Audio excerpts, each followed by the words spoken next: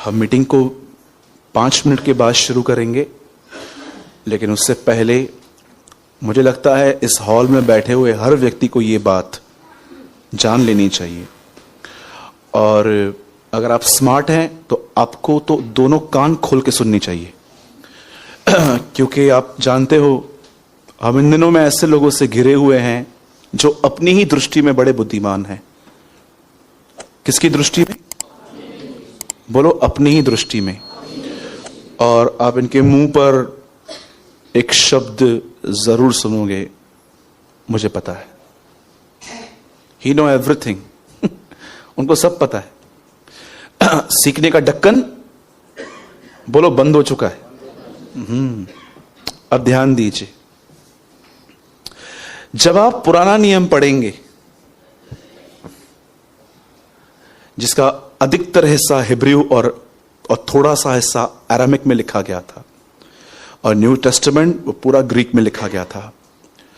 पुराना और नया नियम 3 लैंग्वेजेस में, एक ही किताब जो है वो पूरी 3 लैंग्वेजेस में लिखी गई थी, और हमारे पास जो है उसका ट्रांसलेशन है जो परमेश्वर के लोगों ने किया। जब आप पुराना नियम ध्यान से पढ़ेंगे तो आप एक चीज देखेंगे, इजराइलियों का और बहुत सारे लोगों का कोई लक्ष्य नहीं था। उनका लक्ष्य सिर्फ था कनान पहुंचना।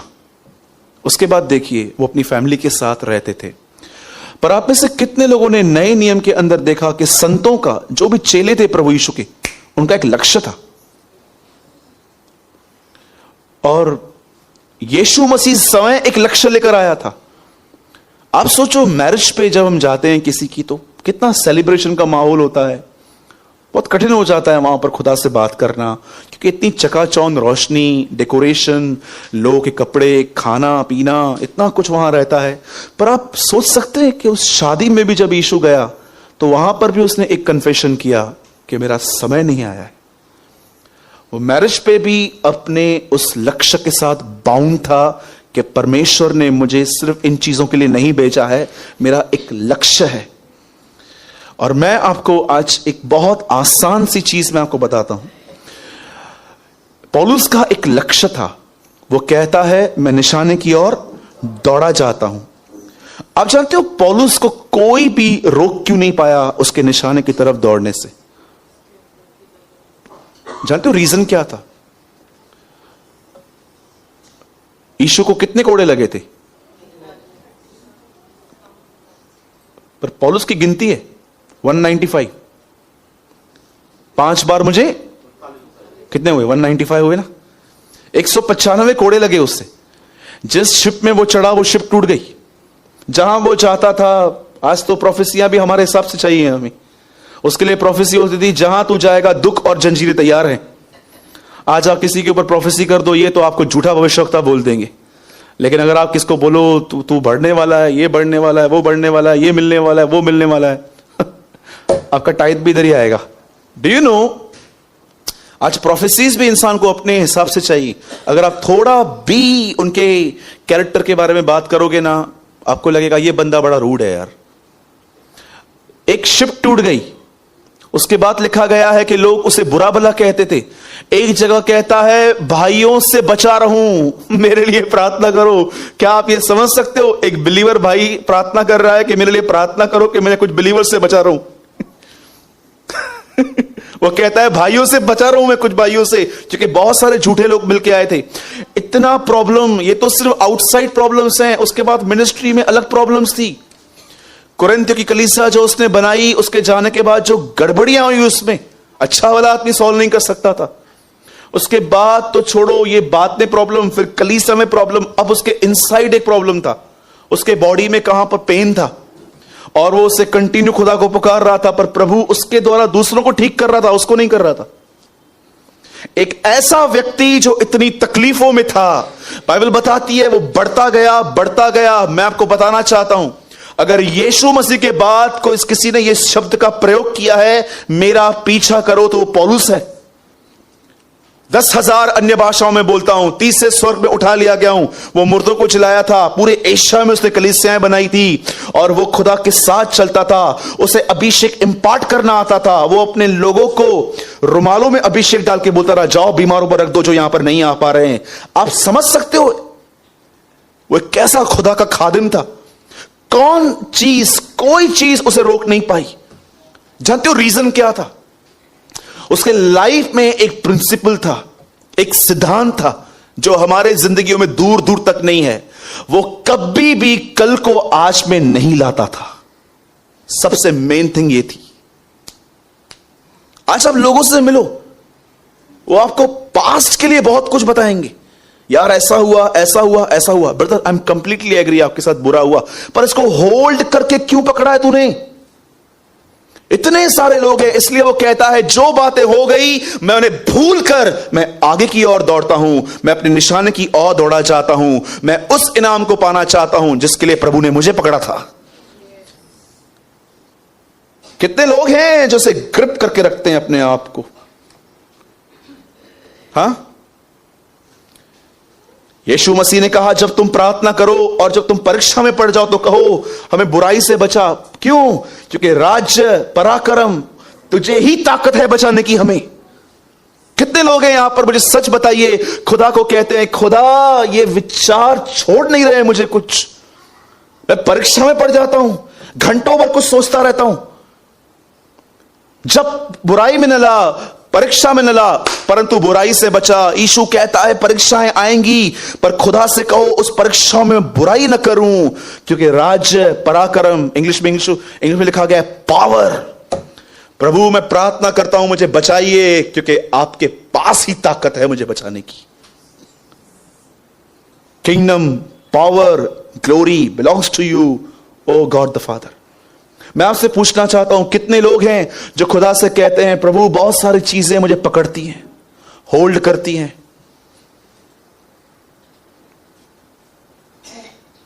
सोचो, मेरे से इसने ऐसा किया, मेरे से इसने ऐसा किया। 100% एग्री है, कुछ लोग करते हैं, पर क्या आप इधर ही ठहर जाओगे? याद रखिए, पुरानी दाखरस खुदा कभी नई मशकों में नहीं भरेगा, और नई दाखरस पुरानी मशकों में भरेगा। वो क्या होगा?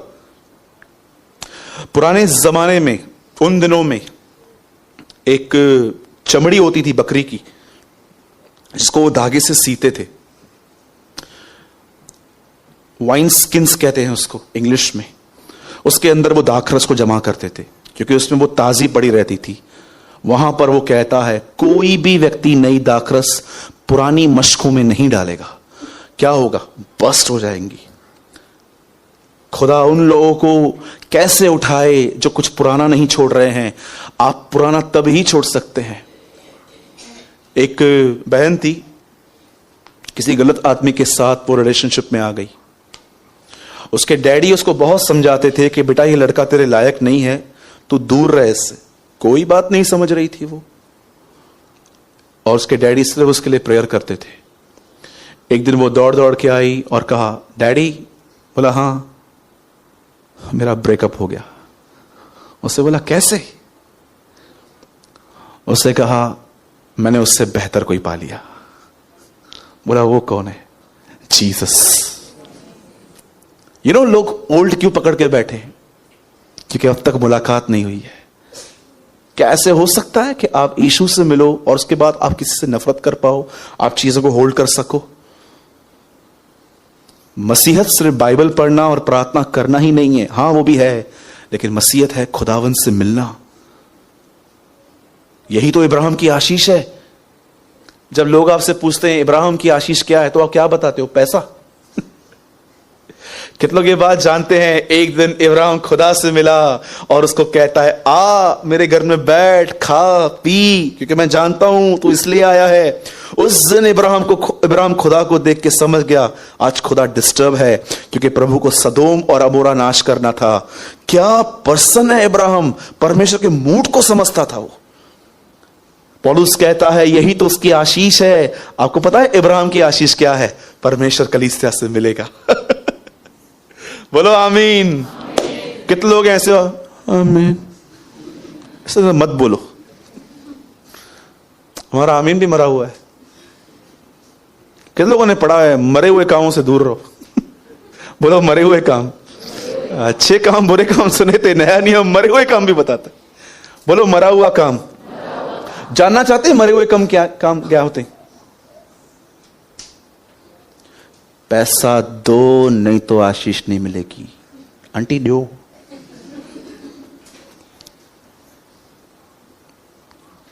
हमारे कलीसिया में कोई ऑफरिंग बैग नहीं घूमती है। जानते हो क्यों? लकड़ी भैया है पंकु, काई भी। हाँ, प्रेज द लॉर्ड, सच्ची में ये इंजीनियर है। मुझे ऐसा लगता है ये लकड़ी क्या होती है, ऑफरिंग बैग। ये मेरे हाथ में गन, पैसा दे, सुरता पुटा, पैसा दो, गया नोट दाविजे। Show me in the one place in the Bible, मुझे बाइबल में एक जगह बताओ जहां पर यीशु ने ऑफरिंग बैग्स घुमाई। भाई सब करते हैं ना। मैंने प्रभु से कहा था, हे पकड़ ऑफरिंग बैग। मैंने प्रभु से कहा था, प्रभु अगर कोई ऐसी चीज जिसे पूरी दुनिया फॉलो करती है वो बाइबल में नहीं है, मैं फॉलो नहीं करूंगा। Understand? We believe in offering. हम विश्वास करते हैं कि पैसा चाहिए, लेकिन हम जानते हैं वो हर्ष से देना है। और आप मुझे बताओ ये हर्ष से देना कैसे हुआ?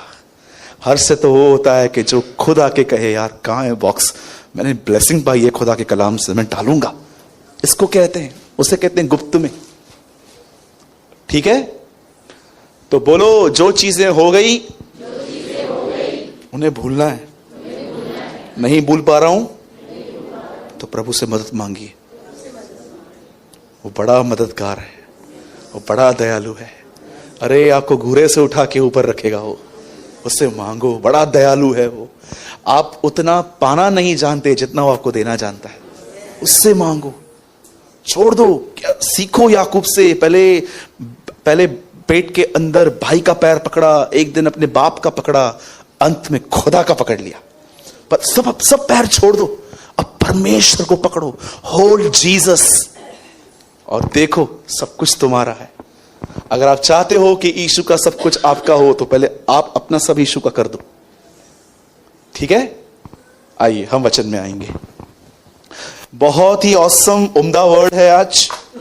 ये बड़ा नहीं है, आई थिंक 20-25 मिनट में पूरा होना चाहिए, क्योंकि मैसेज तो 3.5 घंटे का है। कोई बैठेगा 3.5 घंटे?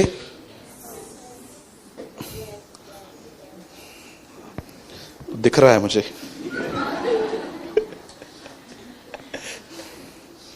ता भले गल है जो साथी था चूं। आइए हम सब ओल्ड टेस्टामेंट में आ जाएंगे और एक बहुत ब्यूटीफुल बुक है वहां पर, रूथ, हम वो खोलेंगे।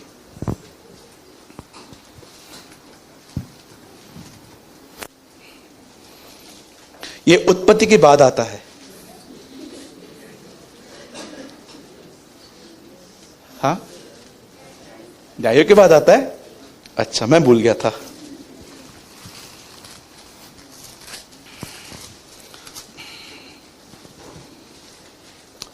वो एक पास्टर जी ने कहा था एक कलीसिया में जाके, सपना की किताब खोलो। तो लोगों ने कहा सपना की किताब तुम लाए ही नहीं। तो बोला अरे बाइबल नहीं है। कितने लोग हैं बाइबल से चर्च में खोलते हैं? घर में एकदम पड़ी रहती है पैक। हाँ जी, बोलो ऐसा नहीं करना है। ठीक है, बाइबल रोज पढ़ना है हमें। आइए हम सब रूथ की किताब खोलेंगे और मैं आपको बताना चाहता हूं ये न्यायों के बाद आती है। और अगर आप मेरी तरह बाइबल, न्यायों के बाद आती है, अगर आप मेरी तरह बाइबल पढ़ते हैं 323 पेज और उसका पहला अध्याय।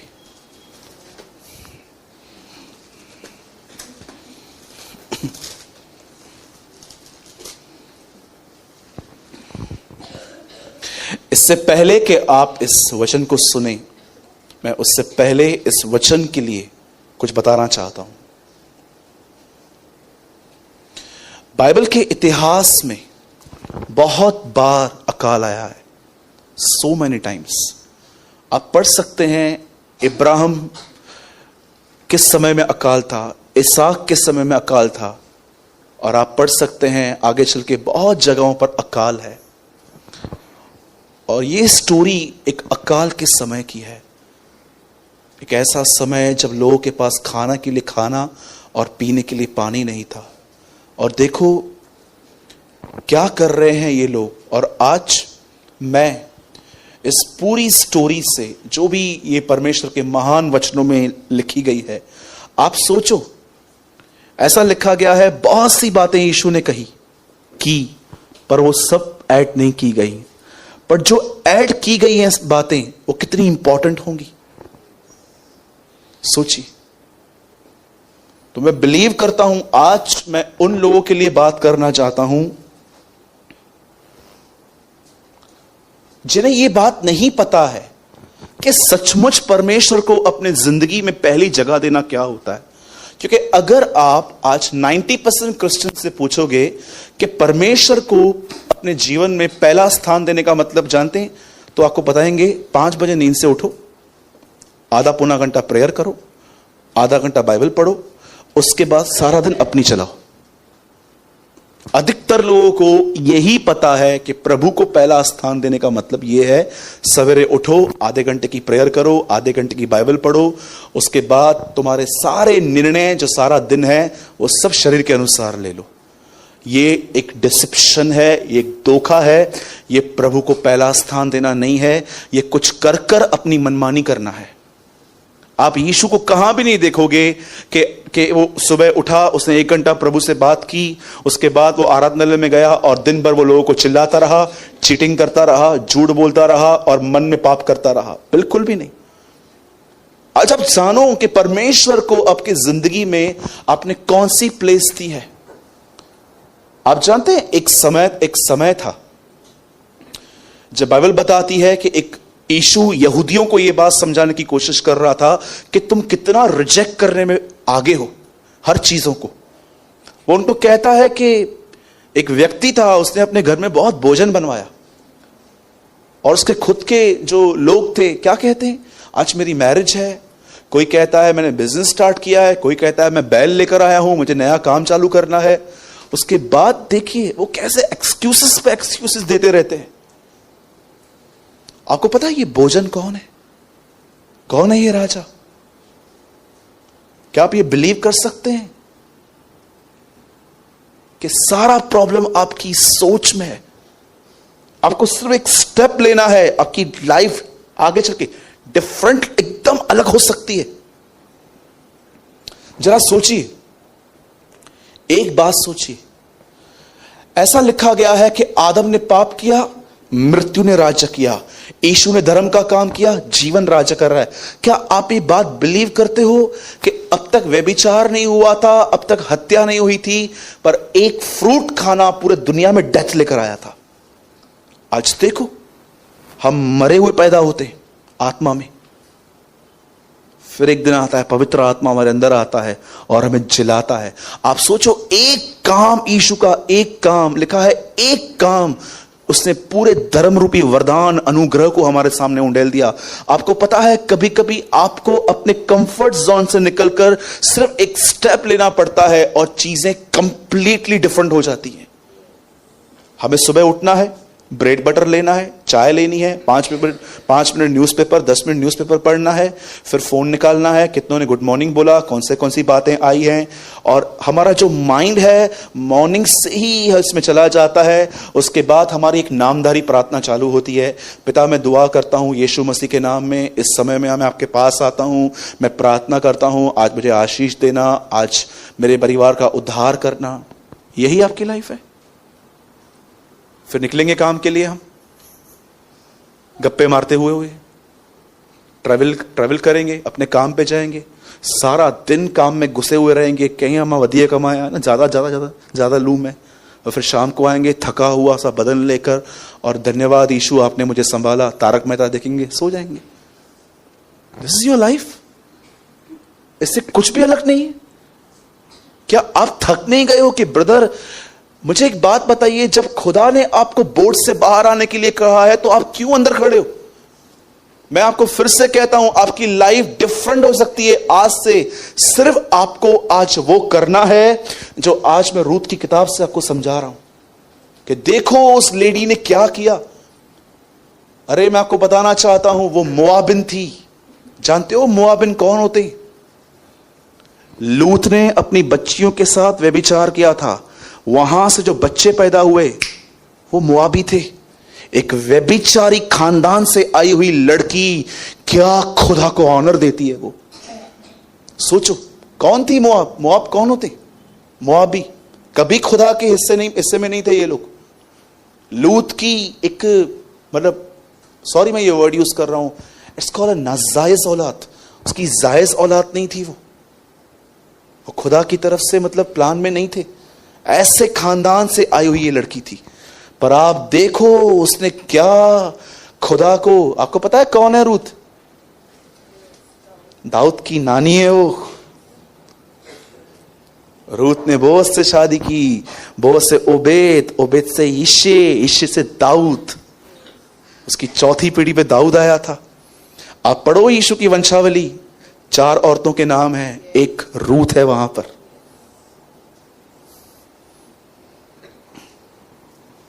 अगर आज कुछ न्यू लर्न करना चाहते हो अपने लाइफ में तो बड़े ध्यान से बैठो। सोना है तो पीछे वॉश बेसिन में जाओ, मुंह धो के आओ पहले, ठीक है? और जिसको भी मैंने सोते हुए देखा, मैं आपको सबके सामने गुड मॉर्निंग बोल दूंगा। ओके, आइए चैप्टर 1 वर्स 9।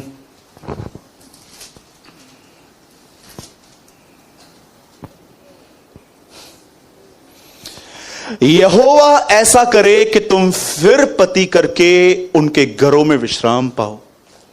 तब उसने उनको चूमा और वे चिल्ला चिल्ला कर रोने लगी। Better English, I pray that the Lord will help each of you find a husband and a good home. Naomi kissed her daughters-in-law and they all started crying. Hindi में लगाइए ब्रदर। यहोवा ऐसा करे कि तुम फिर पति करके उनके घरों में विश्राम पाओ। तब उसने उनको चूमा और वे चिल्ला चिल्ला कर रोने लग गई। आइए सब अपनी अपनी बाइबल में मेरे 3 गिनने के बाद जोर से ये कलाम पढ़ेंगे अपने लिए। 1 2 3।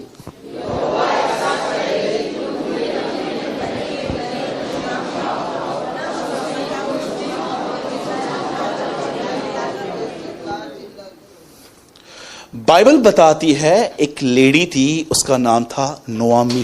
बोलिए नोआमी। और उसका एक हस्बैंड था एलिमेलेक, उसका नाम था। ये लोग इज़राइल में रहते थे। बोलिए इज़राइल। इज़राइल एक ऐसा देश है, आज भी इज़राइल एक ऐसी कंट्री है जो परमेश्वर ने इन लोगों को गिफ्ट में दी थी।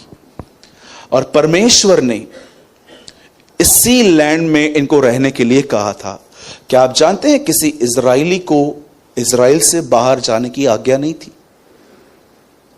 वो हमेशा वहीं रहते थे। क्यों? क्योंकि परमेश्वर ने उन्हें वो लैंड दिया था। अब हुआ क्या, नोआमी अपने पति के साथ वहां पर रहती थी, ठीक है। अब एक दिन ऐसा हुआ कि उनके यहां पर एक अकाल सा आया। बोलिए अकाल। जैसे वो अकाल आया, बाइबल ऐसा बताती है इस परिवार ने डिसाइड किया कि ये लोग यहां से मूव करेंगे। आपको पता है लाइफ में अगर आप कभी भी मूव कर रहे हो तो किस तरह आपको मूव करना चाहिए?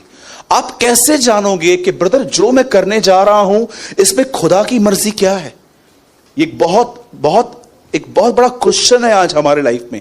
मैं आपको पूछना चाहता हूं, अगर आप अपने जिंदगी में इस सवाल से जूझ रहे हो कि सूरज भाई मैं आगे बढ़ रहा हूं, मैं कुछ करने जा रहा हूं, मुझे कैसे पता चलेगा कि यह काम प्रभु चाहता है कि यह मैं अपनी इच्छा से कर रहा हूं? बहुत ध्यान से सुनना इस बात को।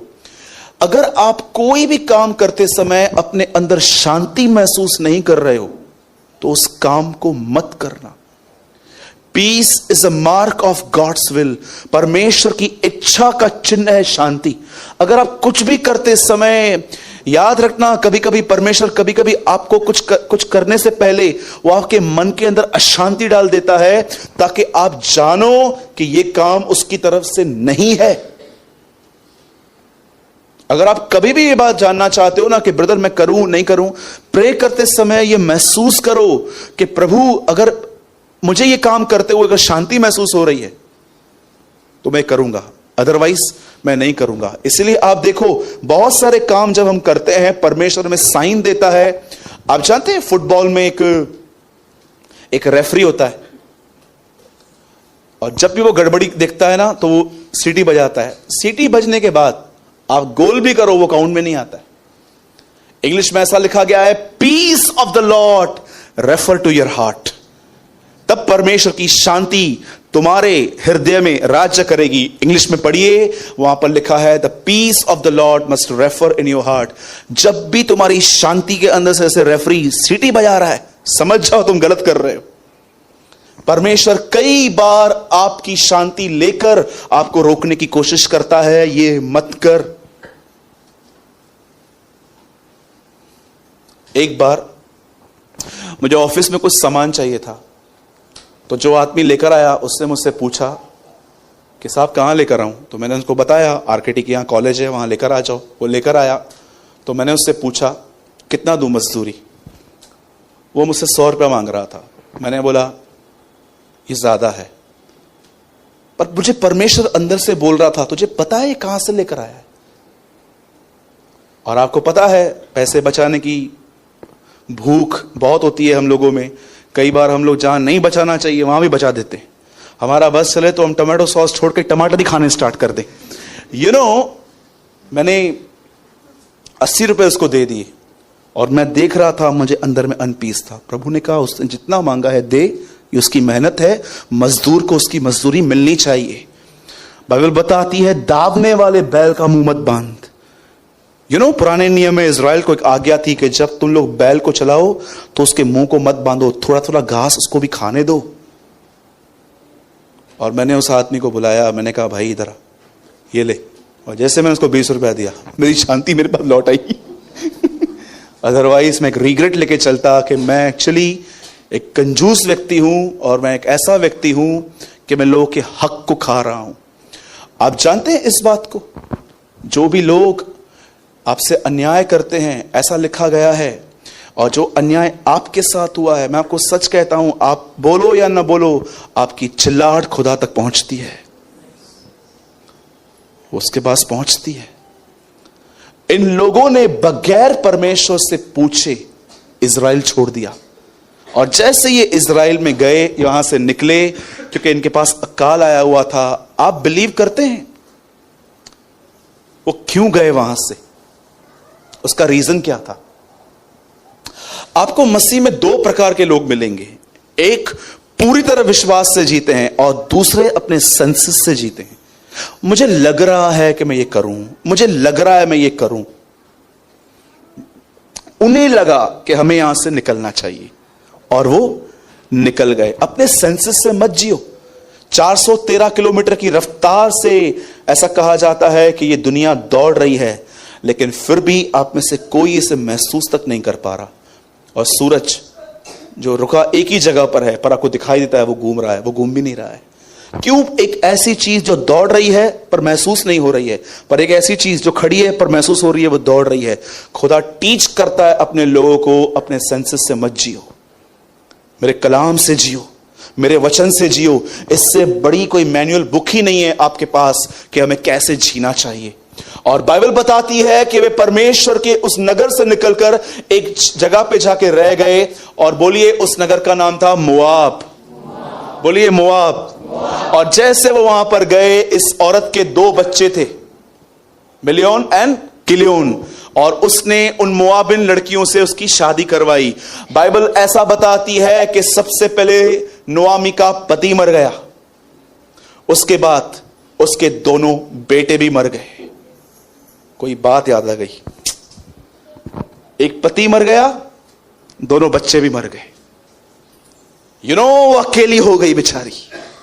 अब उसके सिर्फ 2 पति थे, सॉरी उसके दो बहुएं थी। बाइबल ऐसा बताती है एक परिवार ने वहां पर मूव किया, सब जेंट्स मर गए। अब ये 3 औरतें, इसकी 2 बहुएं और ये 7 रहती हैं। बाइबल ऐसा बताती है कि उस औरत ने, उस बहन ने अपनी बहुओं को ऐसा कहा, यहोवा ऐसा करे कि तुम फिर पति करके उनके घरों में विश्राम पाओ। तब उसने उनको चूमा और वे चिल्ला चिल्ला कर रोने लगी।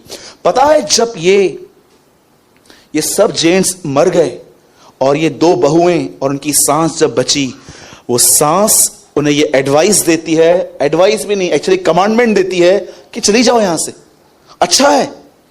और लिखा है पहले वो नहीं मान रही थी, तो नुआमी उन्हें कहती है, क्या मेरी कोख में और बच्चे हैं, मैं कहां से लाऊं, जाओ तुम यंग हो, जाओ वापस शादी करो जाके। बाइबल बताती है ओप्रो ने डिसाइड किया वो जाएगी। उसकी 2 बहुएं थी, एक का नाम रूथ था, दूसरे का नाम ओप्रो था। और आप जानते हो क्या हुआ, उन दोनों को ये सेम मौका दिया गया कि यहां से जाओ, अपने अपने घरों को बसाओ। लेकिन ओप्रो ने ये डिसाइड किया कि वो छोड़ के अपने घर को बसाएगी, लेकिन रूथ ने ये निर्णय नहीं लिया। आपको पता है जब रूथ ने निर्णय लिया कि वो रहेगी अपनी मां के साथ, तो एक वजह से उसने किया। आप सोचो, एक औरत ने अपना सब कुछ गवा दिया था, अपने बेटे, वो तो उनको कहती है मेरा दर्द तुमसे बड़ा है। अरे तुम्हारा तो मेरा तो हस्बैंड गया और मेरे बच्चे भी साथ में गए। वो कहती है मेरा पेन उससे बढ़कर है। और जानते हैं हुआ क्या, ओप्रो ने कहा ठीक है मैं जा रही हूं, लेकिन रूथ ने निर्णय लिया वो नहीं जाएगी, वो रहेगी। लेकिन बहुत सारे लोग इस बात को नहीं जानते हैं कि रूथ ने यह निर्णय क्यों लिया। ऐसा क्या था नुआमी के पास जो रूथ ने कहा नहीं मैं नहीं जाऊंगी, मैं रहूंगी तेरे साथ। जानते हो क्यों? क्योंकि रूथ ने नुआमी के द्वारा इज़राइल के परमेश्वर को जाना था। She knows the God of Israel. तेरे लोग मेरे लोग हैं, तेरा परमेश्वर मेरा परमेश्वर है, ये कह के वो रुकी थी। आपको पता है भले ही उस बहन ने सब कुछ खो दिया, लेकिन कहां ना कहां उसने अपनी बहू को परमेश्वर के विषय में बताया था। क्या आप जानते हो फिलेमोन की किताब में एक चोर व्यक्ति पौलुस से मिला था जेल में। पौलुस के मिलने के बाद पौलुस उसके मालिक को कहता है इसका जो भी कर्जा है मैं भर दूंगा। पहले तो ये किसी काम का नहीं था, अब तो ये बड़े काम का हो गया है। पौलुस के साथ जेल में रहकर लोग बदल जाते थे। मैं आपसे पूछना चाहता हूं, क्या आज आप अपने परिवार पे कोई छाप डालते हो? अगर तुम नहीं डालते तो उसका कारण जानते हैं क्या है? क्योंकि तुम समय संसारिक हो, तुम्हें दुनिया चाहिए, तुम इतने बुद्धिमान हो, तुम जानते हो क्या करते हो? ये देखो मैं आपको बताता हूं। आप है ना बच्चे कभी कभी आते हैं और बोलते हैं मम्मी हाँ ट्रेन आने वाली है, हाँ आने वाली है, थोड़ा आगे जाऊं। जैसे ट्रेन देखते ना पीछे आ जाते हैं। आज के बिलीवर्स जानते हैं क्या बोलते हैं? ऐसा क्या करूं जिसमें मुझे एंजॉयमेंट भी मिले और मैं संसारिक भी नहीं ठहरूं। हम ऐसा क्या करें कि हमें एंजॉयमेंट भी मिले, हमें दुनिया भी मिले और हम संसारिक भी न कहलाएं। रिसेंटली एक मूवी लगी थी, उसका नाम था कबीर सिंह। आप बिलीव करेंगे विश्वासी उस पिक्चर पे जा रहे थे, निकम्मे। ट्रस्ट मी, मैं मजाक नहीं कर रहा हूं, खुदा मेरा गवाह है। मैं कुछ दिन पहले मैंने फेसबुक पे देखा, इतने सारे क्रिस्टियन लिखा था वॉचिंग कबीर सिंह। मैंने लिखा नीचे लिखो बिकॉज आई एम अ बैकस्लाइडर। बताओ बिलीवर्स मूवी में भी जाते हैं। अरे देखो तो सही वहां पर कितना शैतान यूज करता है उसको, और ये लोग देखते भी हैं और दुनिया को भी बताते हैं। मैं उन्हें बोलना चाहता हूं जो भी लोग मूवीज पे जाते हैं, तुम परमेश्वर की नहीं, तुम हेरोदिस की संतान हो, जो सुबह यूहन्ना बपतिस्मादाता का वचन सुनता था और शाम को वही नंगी आधी नंगी लड़की के डांस देखता था। आपको पता है राजा हेरोदिस कौन था? Every Sunday John the Baptist उसके दरबार में आता था, और लिखा है यूहन्ना ये हेरोदिस उसे बहुत ध्यान से सुनता था क्योंकि वो जानता था ये प्रॉफिट है। शाम को उसी दरबार में एक लड़की आती थी, हाफ नेकेड, यहां तक कपड़े पहन के वो डांस करती थी। हेरोदेस वो भी इंजॉय करता था। सुबह पिक्चर देखता है, शाम को चर्च जाता है। खुदा ऐसे ढोंगियों से हमें बचा के रखे। आमीन। बोलिए, जोर से बोलिए आमीन। ये यस, मैं प्रोफेसी करता हूं उस बच्चे के लिए। ब्रदर, ये बच्चे जो हैं आगे चल के परमेश्वर के नबी ठहरे। एक बहन ने मुझे कॉल किया, बोला ब्रदर मेरे लिए प्रे करो, मैं प्रेग्नेंट हूं। मैंने कहा बिल्कुल प्रे करेंगे। उसके बाद बोलती है दुआ करना मुझे बेटा मिले। मैंने कहा ये घिनौनी प्रार्थना नहीं करूंगा, क्योंकि मैं जानता हूं, खुदा जानता है आने वाली जनरेशन को कौन चाहिए। यस। क्यों बहनें क्या यहां वहां से आई हैं? मैं यीशु मसीह के नाम से बहनों आपको कहना चाहता हूं, कलीसिया को दूल्हा नहीं दुल्हन कहा गया है। परमेश्वर ने आपको, हाँ यस, उसे फीमेल का नाम दिया है। तुम चलो बैठ के।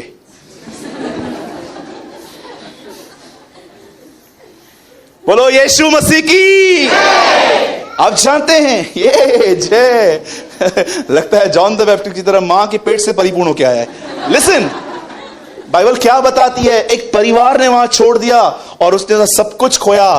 देखिए उसकी बहू, बता नेक्स्ट वर्ड लगाओ, आपकी आंखें फट जाएंगी और उससे कहा निश्चय हम तेरे संग तेरे लोगों के पास चलेंगी। आगे बढ़िए 11 12 13 14 15 सॉरी।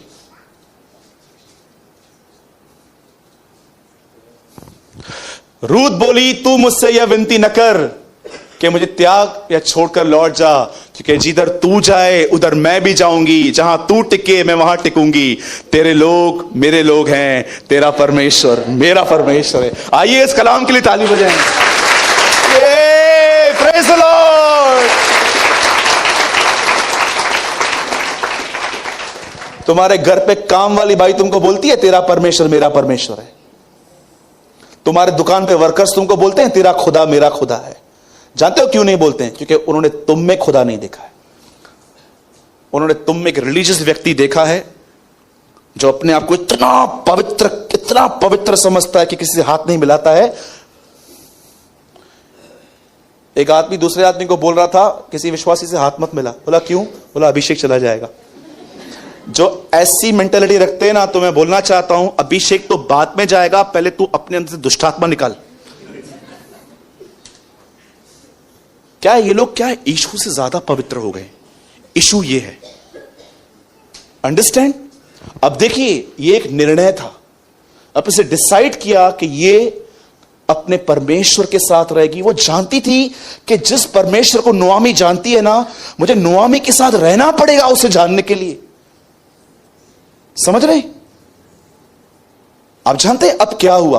अब देखो, एक मोआबिन लड़की ने अपना पति खोया, लेकिन अब उसे डिसाइड किया कि वो उसके साथ रहेगी। अब देखो इसमें से कुछ भी इत्तेफाक नहीं है। आपको पता है रूथ की किताब एक इत्तेफाक किताब नहीं है। कुछ कुछ चीजें कैसे इत्तेफाक से हो जाती हैं, बार बार सेम चीजें हो जाती हैं, हमें लगता है यार नहीं इत्तेफाक है। ये इत्तेफाक नहीं है। अब हुआ क्या, ये लड़की अपनी सास के साथ वापस इजराइल आ गई, और जैसे ये इजराइल आ गई, ये दोनों औरतें एक साथ रहती थी। अब खाने के लिए कुछ था नहीं, लेकिन उन दिनों में परमेश्वर ने वापस से सूखा निकाल के उन्हें हरी भरी चराइयां दी थी। अब हुआ क्या, रूथ ने नुआमी से कहा एक काम कर, मैं एवरी डे जाऊंगी किसी खेत में, और जो भी साइड से, क्योंकि इजराइल में एक नियम था, जब वो खेत को काटते थे तो साइड से छोड़ देते थे ताकि गरीब लोग उसे खाएं। और जानते हुआ क्या, जिस खेत में वो गई, वो खेत एक व्यक्ति का था जो नुआमी का ही दूर का रिश्तेदार था, बोअज। और ये वहां पर गई और बोअज ने उसे बहुत ध्यान से देखा। वो बड़ी खूबसूरत लड़की थी, और उसे डर लगा कि लड़के इसे स्पॉइल कर सकते हैं इसकी खूबसूरती को देखकर, तो उसने अपने मजदूरों से कहा ये लड़की कौन है? उसने बोला ये तेरी दूर की कुटुंबिन है ना, जो नोआमी, उसकी बहू है, ये वहां से आई हुई है। तो उसने पूरी उसकी जांच पड़ताल की और कहा एक काम करो, इसे साइड से नहीं, इसको जहां से लेना है ले लो, और से लोगों को स्ट्रिक्टली वार्न किया कि कोई भी इसको स्पॉइल ना करे। आप जानते हैं आगे चल के बाइबल ऐसा बताती है परमेश्वर ने अद्भुत तरीके से बोअज और रूत की शादी करवाई। मुझे एक बात बताइए, एक लड़की ने, सब ध्यान दीजिएगा, एक लड़की ने खुदा को आदर दिया, उसके बाद वो इज़राइल आई, किसी खेत में गई, वहां पर किसी ने उसको देखा, चूज किया, शादी की, और इस लड़की के खानदान से दाऊद आया। क्या यह सब आपको इत्तेफाक लगता है? मैं आपको बताना चाहता हूं, जिस समय उस लड़की ने यह निर्णय लिया कि वो परमेश्वर के आदर के लिए जिएगी, वो परमेश्वर को जानने के लिए जिएगी, उसी समय से परमेश्वर ने उसके लिए प्लान करना स्टार्ट किया। प्रभु उसे इज़राइल लेकर आया, प्रभु उसको उस खेत में लेके गया, और परमेश्वर ने उसकी शादी एक बार फिर से करवाकर उसके घर को ज्यों का त्यों कर दिया। मेरे भाइयों और बहनों, मैं आपको बताना चाहता हूं, अगर आप अपने जिंदगी में परमेश्वर का हाथ देखना चाहते हो, बोलिए हाथ। कितने लोगों ने यह पढ़ा है परमेश्वर का हाथ एलीशा पर था? कितने लोगों ने पढ़ा है परमेश्वर दाऊद के साथ था? कितने लोगों ने पढ़ा है परमेश्वर इब्राहिम के साथ था, परमेश्वर यूसुफ के साथ था? नए नियम की पहली प्रतिज्ञा है, तुम उसका नाम इम्मानुएल रखना, जिसका नाम होगा परमेश्वर हमारे साथ। अगर तुम अपने जिंदगी में मेहनत से नहीं पर परमेश्वर के अनुग्रह को देखना चाहते हो, तो मैं तुम्हें बताना चाहता हूं, अपने जिंदगी के निर्णय इस हिसाब से लो कि क्या ये निर्णय में खुदा को ठेस तो नहीं पहुंचेगी। आज आप देखो हमारे जितने भी डिसीजंस हैं उसमें 90% शारीरिक और मूर्खता भरी पड़ी है, जिसकी वजह से आज हम सफर करते हैं। क्या ये कोई इत्तेफाक नहीं है? आपको पता है उसका एटीट्यूड क्या था उस लड़की का? मैं आपको एक इमेज शो करता हूं, आप देखो, इन शब्दों को पढ़ो, ये भले ही इंग्लिश में है लेकिन इनको समझने की कोशिश करो। देखो एक व्यक्ति ने रूथ के लिए क्या लिखा था यहां पर। Ruth is a woman who has experienced great loss and pain. Ruth एक ऐसी लड़की थी जिसने अनुभव किया खोना और दर्द, yet has remained loyal and faithful. उसके बाद भी वो ईमानदार और विश्वास योग्य बनी रही, no matter what, जो भी हो। She has found her strength in God. उसने अपनी ताकत खुदा में पाई। कितने लोग हैं मुझे बताइए, लाइफ में आपने कुछ खोया और वो चीज आपको छोड़ती नहीं है, पर उसके बाद भी आप विश्वास होकर बने रहते हो और खुदा में अपनी ताकत पाते हो। सोचो, हाउस यू। ये कोई इत्तेफाक नहीं थी, ये कोई इत्तेफाक नहीं थी, खुदा उसको ऑर्डेन कर रहा था। सोचो जीसस की लाइफ कैसे प्लान हुई थी। सब बैठे हुए थे स्वर्ग में, बेटा बैठा हुआ था, पाखरू बैठा हुआ था, स्वर्गदूत बैठे हुए थे, पूरी डिसाइड की जा रही थी तेरा जन्म कहां पर हो। बेटा सबसे गंदी सिटी कौन सी है इज़राइल में? तेरे टाइम पे नासरत होगी, वहीं पर। ओके, उसके बाद एक टाइम आएगा राजा तुझे मारने के लिए जाएगा, तो कहां लेके भागना है? ओके, यहां पर। मिनिस्ट्री कभी से स्टार्ट करेगा? 30। ओके 30। पहले किसको ठीक करेगा? नहीं, ठीक नहीं करूंगा, पहले पानी को दाखरस बनाऊंगा। ओह प्रेज द लॉर्ड। उसके बाद किनके से दोस्ती रखेगा? उस टाइम पे कौन कौन होगा? मार्था होगी, मरियम होगा, लाजर होगा, जकई होगा, इन सबसे मिलेगा उस टाइम के? हाँ हाँ, चलेगा चलेगा। अच्छा ये बताओ, मुर्दों में से जिंदा होने के बाद किससे मिलेगा पहले तू? चेलों से कि किसी और से? प्रभु उससे जो मेरी वैल्यू करते हैं, जो मेरा इंतजार करते हैं। उस टाइम पे मरियम होगी, उससे मिलना। उसकी पूरी लाइफ ऑर्डेन थी। यह इसीलिए हुआ ताकि नबी का यह वचन पूरा हो। मती कहता है एक एक चीज प्लान की गई थी।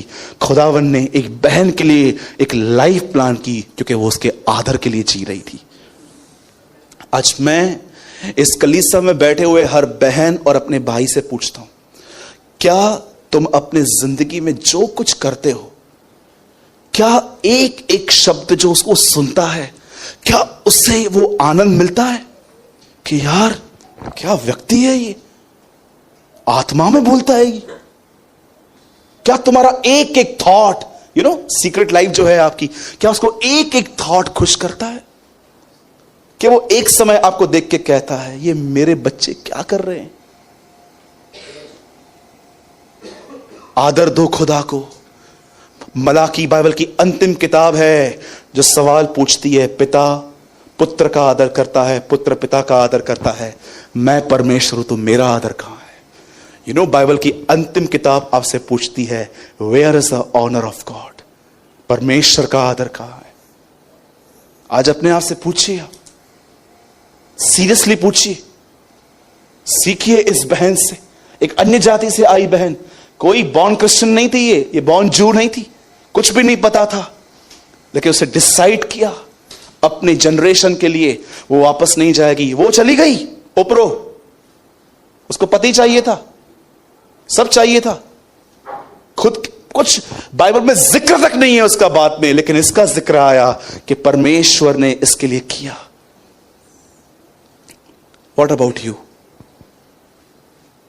Are you honoring God? हां, यहां से निकलने के बाद क्या आपके निर्णय उसे कहते हैं कि वही लाइफ है, खाना है, पीना है, संडे अरे वनो विवाना में यही लाइफ है आपकी? आज संडे है ब्रदर, आज जाऊंगा। अरे प्रभु मेरा गवाह है, मैं नौकरी करता था, मैं अपने बॉस को जानते क्या बोलता था, बॉस मैं कल नहीं आऊंगा। वो मुझे बोलते थे सैलरी काटूंगा। काट। आप बिलीव करो, मेरे एक दोस्त हैं, आज भी रहते हैं, उनका एक फ्लैट बंद पड़ा था, उस फ्लैट की चाबी लेकर मैं अंदर जाता था, सुबह जाता था, रात को निकलता था, सारा दिन खुदा के साथ बैठा रहता था। सेवकाई करने का कोई जुनून नहीं था मेरे पास, न कोई मैं विजिटिंग करता था उन दिनों में, नया नया विश्वासी था, परमेश्वर से प्रेम में लिप्त था। मैं आपको सच कहता हूं, मैं आज भी ये प्रार्थना करता हूं, खुदा ये सबके अंदर दे कि वो जाने कि तेरी बुलाहट क्या होती है। आज कईयों को कलीसिया भी अपने आप को धक्के मार के लेके आना पड़ता है। सोचो, what is your condition? It's time. मैं आपको सच कहता हूं, अगर ये संदेश भी आपको उठा नहीं पाए तो मुझे समझ में नहीं आता है फिर कौन से संदेश आपको जगाएंगे आखिर। डिसाइड करो, आज निर्णय लो, तुम क्या करोगे आगे। क्या तुम्हारी यही रूटीन है, बस मुझे सुबह उठना है, खाना खाना है, काम पे जाना है, यही रूटीन है, कि आज से आप एक डिफरेंट डिसीजन लोगे? ब्रदर नहीं, आज के बाद मैं अपना हर निर्णय यह सोच के लूंगा कि क्या इससे मेरे परमेश्वर को खुशी मिलती है। यीशु मसीह, आइए सब एक आखिरी बात सुनिए, उसके बाद हम प्रेयर करेंगे। Listen very carefully.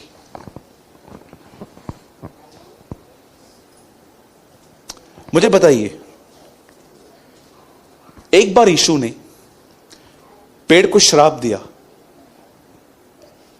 पेड़ सूखा कि नहीं? यह बात यीशु को किसने बताई? चेले ने बताई, राइट है।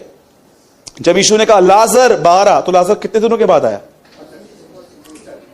हाँ जी, okay, praise the lord. Third thing, पानी दाखरस में कितने दिनों के बाद चेंज हुआ?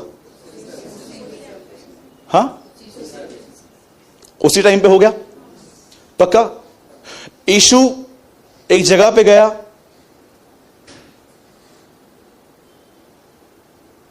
उसने कहा मेरे घर मत आ, यहां से कह दे। उसने कह दिया, वो आदमी कितने दिन के बाद ठीक हुआ?